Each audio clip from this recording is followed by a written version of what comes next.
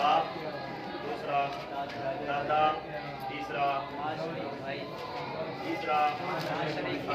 भाई बहन, ऐसी है माँ शरीक भाई बहन उनके, चौथा शौहर ज़ौज शौहर, ये चार मर्दों में थे और औरतों में बीवी, दूसरी बेटी, तीसरी पोती। ठीक है जी, ये 7 अहवाल आपने पढ़े, सही है। बाकी कितने रह गए? 5। उनमें से एक के बारे में आपको बताया था कि जो अल्लाह वो अखियाफी भाई, माँ शरीक भाई, उनके जो अहवाल हैं, माँ शरीक बहनों के भी वही अहवाल हैं, इनके लिए अलग से कोई अहवाल बयान नहीं होंगे, वही। ठीक हो गया। अब इसके बाद आ गई है सगी बहन, जिसको हकीकी बहन भी कहते हैं, सगी बहन भी कहते हैं। इसके 5 हाल है। पहला हाल ये है कि सिर्फ एक ही सगी बहन हो, भाई भी नहीं है, सगा भाई भी नहीं है, सिर्फ एक सगी, तो कुल माल का आधा हिस्सा निस्फ। ठीक हो गया। दूसरी, 2 या 2 से ज्यादा हो, यानी सगी बहन 2 या 2 से ज्यादा, 3, 4, 5, 6 ज्यादा जितनी भी हो, उस सूरत में क्या मिलेगा? 2 तिहाई और 2 सुलुस। ठीक है जी। तीसरी सूरत, अगर इनके साथ हकीकी भाई भी हो तो ये असबा होगी, यानी सगी बहन के साथ सगा भाई आएगा तो उनको असबा होगा। अब जो है वो जो ज़लील फरूज हैं उनका हिस्सा देने के बाद जो कुछ बचेगा वो सारे का सारा भाई बहनों में। ठीक हो गया। चौथी सूरत ये है कि मैयत की बेटी या पोती बहनों के साथ हो तो बेटी पोती को हिस्सा देने के बाद माँ बकिया बहनों को मिलेगा, यानी असबा मिल गया होगी, यानी इस सूरत में भी असबा हो जाएंगी। मैयत की बेटी है और बहन भी है, सगी बहन भी है, बेटी भी है, या बेटी नहीं बल्कि पोती है, तो उस सूरत में बेटी या पोती का हिस्सा जो बनेगा वो हम उसको दे देंगे, देने के बाद जो कुछ होगा वो बहन।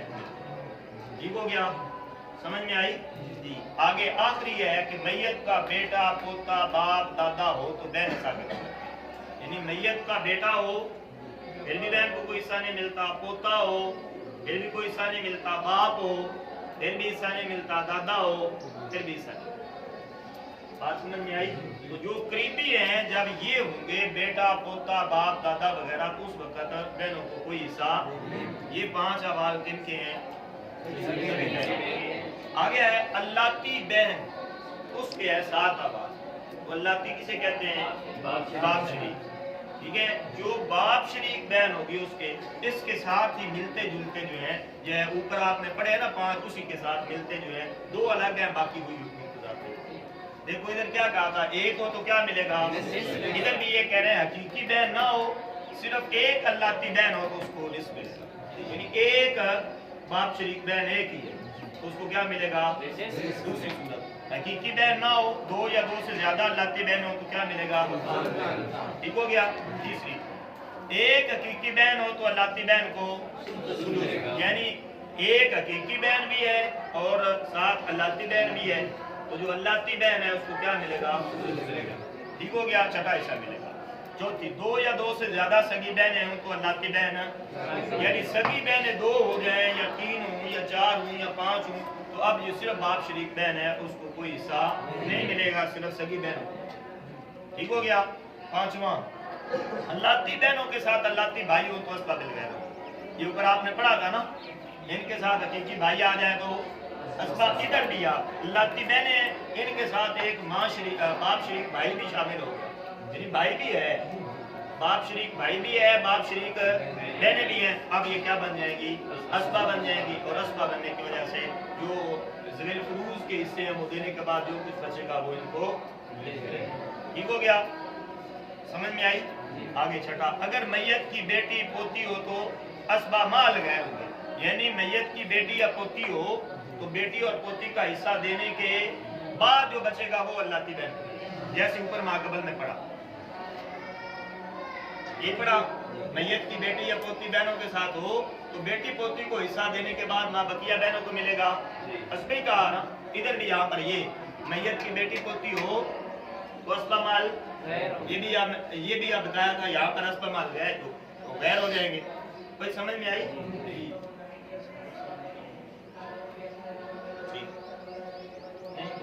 भाई चाहिए। सातवां, बेटा पोता बाप दादा की सूरत में, यानी अगर मैयत का बेटा हो या पोता हो या बाप हो या दादा हो, उस सूरत में ये बाप शरीक जो बहने हैं इनको कोई हिस्सा नहीं, वो ज्यादा करीबी ये है, इनको हिस्सा मिलेगा, फिर उनको हिस्सा आगे आगे माँ के 3 हाल है।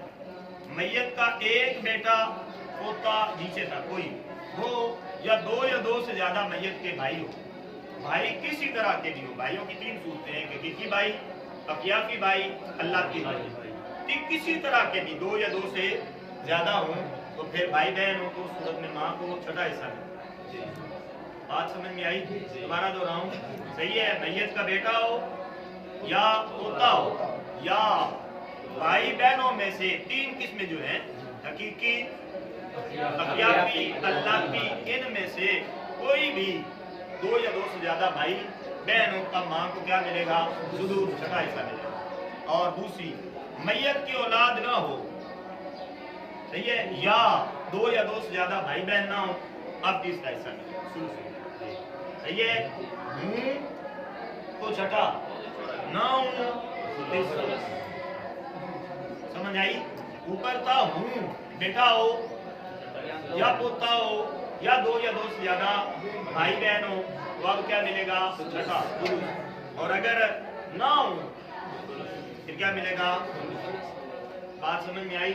नीचे आ गया, माँ के साथ बाप और ज़ौजैन में से कोई एक हो, यानी जो बंदा फौत हुआ ना, उसकी माँ भी जिंदा है, उसका बाप भी जिंदा है, उसकी बीवी भी जिंदा है, या बीवी मरी है, सही है, तो वो माँ भी है, बाप भी है, शौहर भी है, तो फिर यूं करेंगे कि जो हिस्सा होगा ना उस बीवी का या उस शौहर का, वो देने के बाद जो माँ बकिया बचेगा ना उसका तीसरा हिस्सा।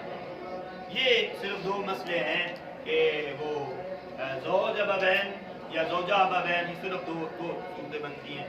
एक ये है ना भाई देखो, मर्द फौत हुआ, उसकी बीवी है, माँ भी है, बाप भी है, बीवी भी है, ऐसे ही है, तो बीवी को आप हिस्सा उसका दे दो, जो माँ बकिया बचेगा उसका तीसरा हिस्सा किसको दे दो?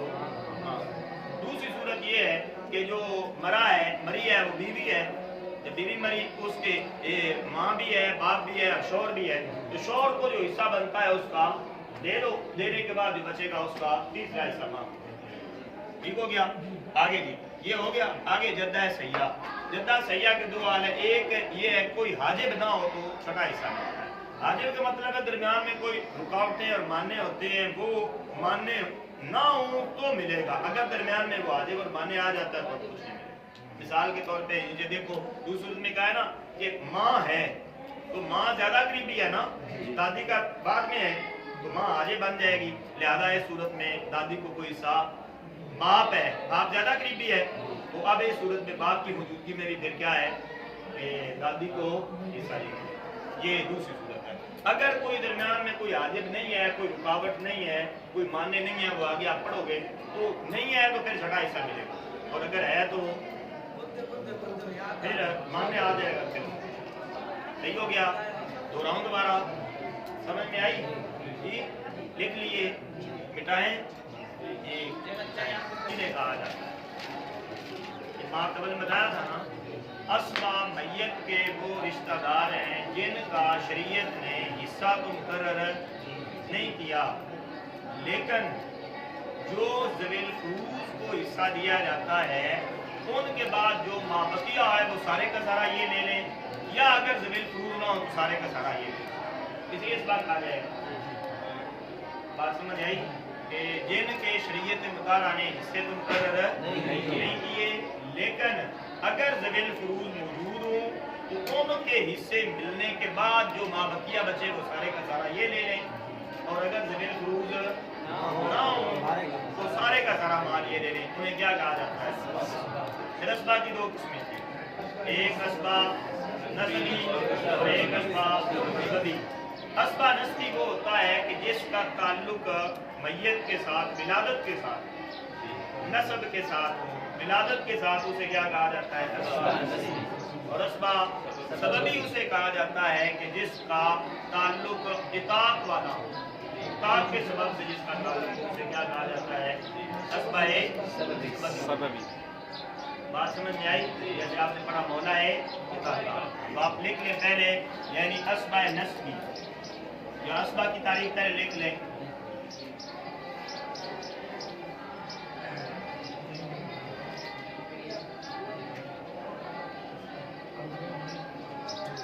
आपको बताया अस्बाए मैयत के वो रिश्तेदार जिनके हिस्से शरीयत ने मुकर्रर है, लेकिन ज़वील फुरूज के हिस्सों की अदायगी के बाद बकिया इनको मिलता है, और अगर ज़वील फुरूज ना हो तो कुल माल इन्हें क्या कहा जाता है?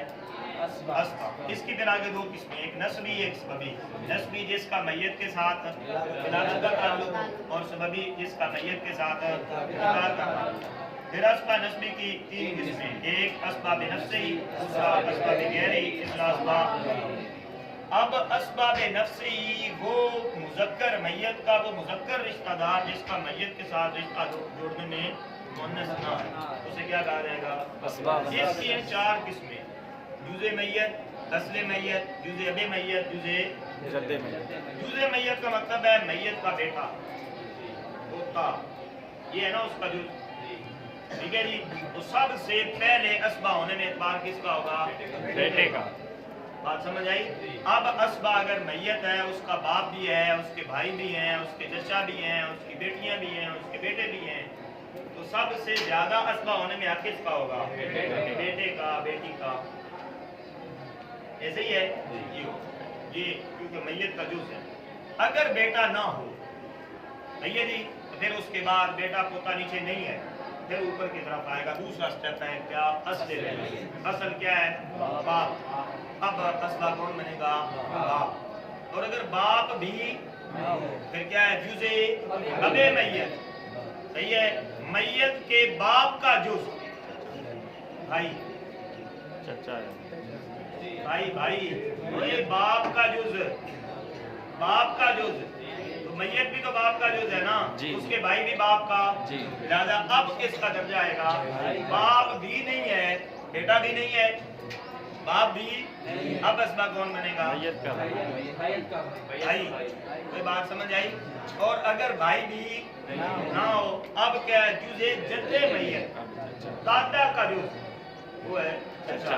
अब चचा जो है वो, ये है तरतीब इस्तिक़बाल जी। ये पहले बताया था ना आपको, जो ज्यादा करीबी है वो अस्बा बनेगा, ठीक है जी। तो सबसे ज्यादा करीबी कौन है? बेटा। बात समझ आई? बेटा बनेगा। बेटा नहीं है, यानी बेटा पोता नीचे कोई भी नहीं, ना पोता ना पटोता, जुज़ नहीं है, तो फिर असल कितना है? असल कौन है? बाप अब बनेगा, ठीक है जी। बाप भी नहीं है, तो फिर अब अस्बा कौन बनेगा? सही है जी। भाई भी नहीं है, तो फिर क्या बनेगा? इस तरतीब के साथ जो है वो अस्बाब। बात समझे? लिहाजा अगर बेटा है तो बाप है, अस्बाब नहीं है। बात समझ आई? और अगर बाप है तो भाई अस्बाब नहीं है, और अगर भाई है तो चचा नहीं बन सकते जी। बात समझे? और अगर चचा है तो चचा के बेटे, ये आगे जैसे तरतीब जो है ना इसी तरह है। लेकिन सबसे ये चार सूरतें हैं, पहली जुज़े मैयत, दूसरी असले मैयत, तीसरी जुज़े अबे मैयत, और चौथी जुज़े जद्दे मैयत। बात समझ में आई? इनके बारे में अभी आपने अवाल पढ़े ना, बस बहन होती है, बहन के साथ कुर्सी मिलती है तो अस्बा बन जाती है। अभी आपने जो अवाल लिखे ऐसे ही है। तो ये चार हैं, ये दो हैं कि वो जो है ना, वो औरतें कि जिनका हिस्सा निस्फ और सुलुसान है ना, वो बहन है, बेटी है, बहन है, पोती है, अल्लाती बहन है, सही है। उनके हवाले में आपने पढ़ा वो याद, ये इंशाल्लाह कल पढ़ेंगे।